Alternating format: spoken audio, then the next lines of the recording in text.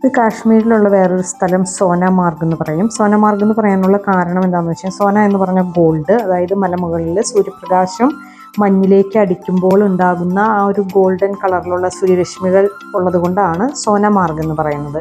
ഇവിടെ എന്ന് പറഞ്ഞു കഴിഞ്ഞാൽ ഏത് സീസണിൽ ചെന്നാലും ഇവിടെ നമുക്ക് സ്നോ, പിന്നെ വിൻ്റർ സീസണിൽ ഓഫ് കോഴ്സ് സ്നോ ഉണ്ടാവുമല്ലോ.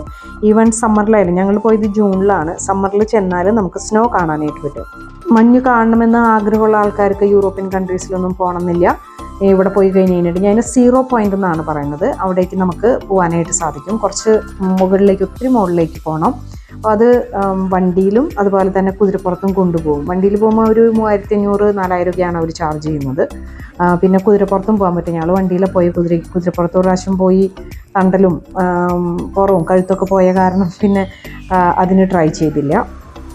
കുറച്ച് ആക്ടിവിറ്റീസൊക്കെ അവിടെ ഉണ്ട്. അതുപോലെ തന്നെ നമുക്കായാലും മഞ്ഞിലായാലും കളിക്കാനും വലിയവർക്കും ചെറിയവർക്കും വളരെ ഇഷ്ടമുള്ളൊരു കാര്യമാണല്ലോ മഞ്ഞിൽ കളിക്കുക എന്നുള്ളത്. മഞ്ഞെന്ന് പറഞ്ഞു കഴിഞ്ഞിട്ടുണ്ടെങ്കിൽ നമുക്ക് ഭയങ്കര പ്യുവർ വൈറ്റ് നമുക്ക് കാണാനായിട്ട് പറ്റില്ല. കാരണം ഇപ്പോൾ ഓൾറെഡി സമ്മറാണ്. അപ്പോൾ ഒത്തിരി വണ്ടികൾ അവിടെ വരുന്നുണ്ട്, ഒത്തിരി ആൾക്കാർ വിസിറ്റ് ചെയ്യുന്നുണ്ട്. അപ്പോൾ അങ്ങനെയൊക്കെ കുറേയൊക്കെ വൃത്തികേടാക്കിയിട്ടിട്ടുണ്ട് അവിടെയൊക്കെ. അതുപോലെ തന്നെ മഞ്ഞിൽ താഴെയുള്ള ഭാഗങ്ങളിലൊക്കെ നമുക്കിങ്ങനെ ബ്ലാക്ക് പോലെയൊക്കെ കാണാനായിട്ട് പറ്റും.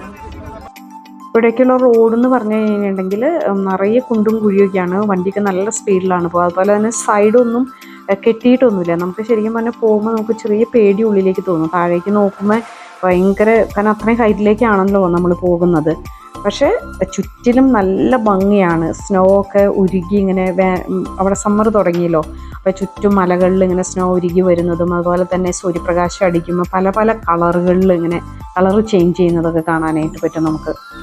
സങ്കടപ്പെടുത്തുന്ന കാര്യം എന്ന് പറഞ്ഞാൽ, നമ്മൾ ഈ 0 പോയിന്റിൽ എത്തിക്കഴിഞ്ഞ് കഴിയുമ്പോൾ അത് വലിയൊരു സ്പേസാണ്. അവിടെ ഒത്തിരി കാർ പാർക്കിങ്ങിനൊക്കെ സൗകര്യമുണ്ട്.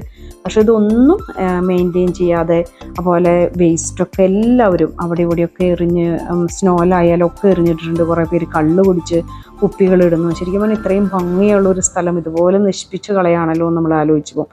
എല്ലാവർക്കും യൂറോപ്പിലൊക്കെ പോയി സ്നോ കാണാനും 4 സീസണും എൻജോയ് ചെയ്യാൻ പറ്റിയെന്ന് വരില്ല. അപ്പോൾ കാശ്മീർ അതിനുള്ളൊരു ബെസ്റ്റ് പ്ലേസാണ്.